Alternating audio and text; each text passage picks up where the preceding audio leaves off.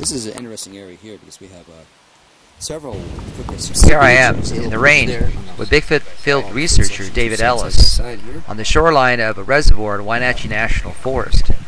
We're looking at foot impressions in the mud of a receding shoreline. Today we're going to be casting several foot impressions.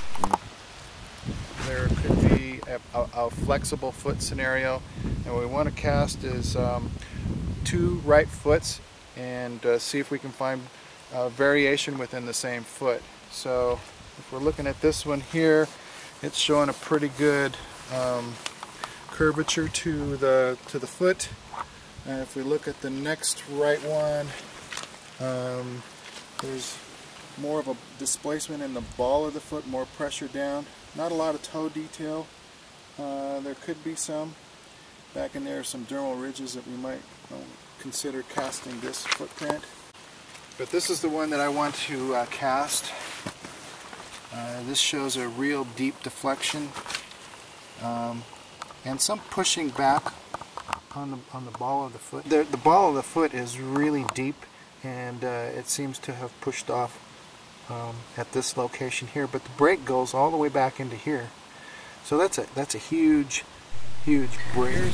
Due to the proximity of human influence, the ones we looked at and casted this day were most likely human. Maybe when we want to cast those two. Though in the past, David has come across a few others that made him wonder. Right here, this is where the foot curves. Our foot would show a more of an arch rather than a break all the way through. Even though there is some researchers speculate human similarities in the juvenile Sasquatch impressions. They don't carry the body mass of the adults, and therefore the broad, flat impressions in their feet. This one.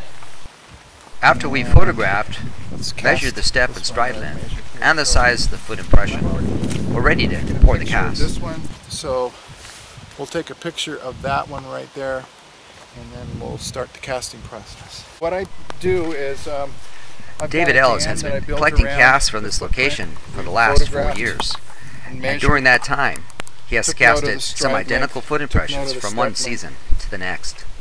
The step length measured anywhere from 21 inches to 25 inches. So the stride length is anywhere from 42 to 50 inches, right to right, left to left. And so now what we're going to do is we're going to cast 2 right feet, showing a similar deflection in the middle of the foot, trying to show or pick up any detail that may make it beyond what should be in the human condition, which is a solid foot. So we want to show that this has got a flexible foot. The process that I'm going through now is I've got damming material, which is a plastic flexible mold that we surround the foot with, because in circumstances like this where you've got that curve, that becomes a weak point in the cast. So we want to get the casting above the ground level so we can preserve the cast and not have it break. If you were to just cast that to the level of the foot, it would break over time. So we're going to raise it up above that level some, and we're going to do the same process with that foot over there.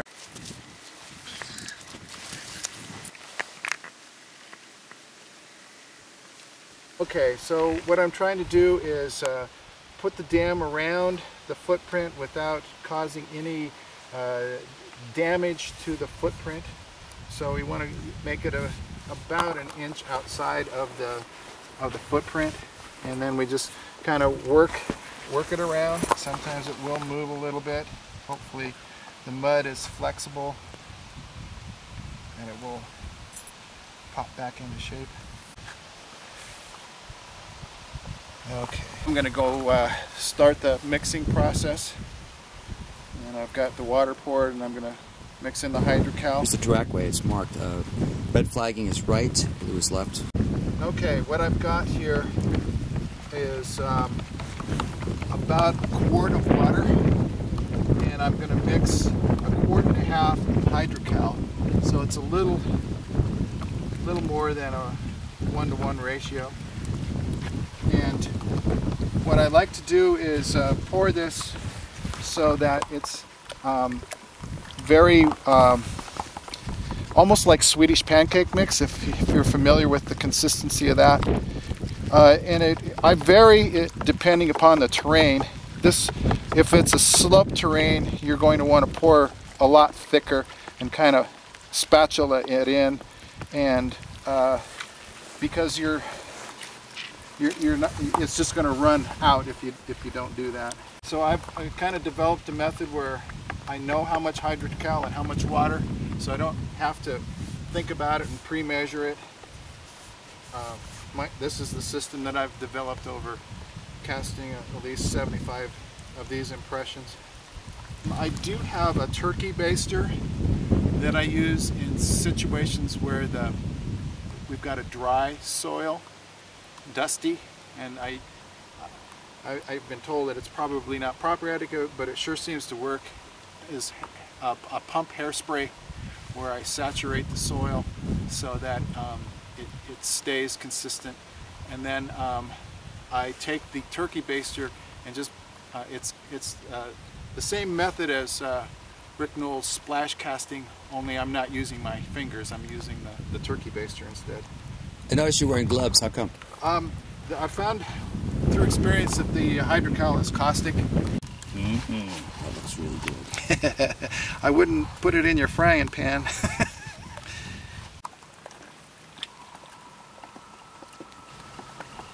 Okay, so now we're getting close to the consistency that I like. It sets up pretty quickly, so I'm just gonna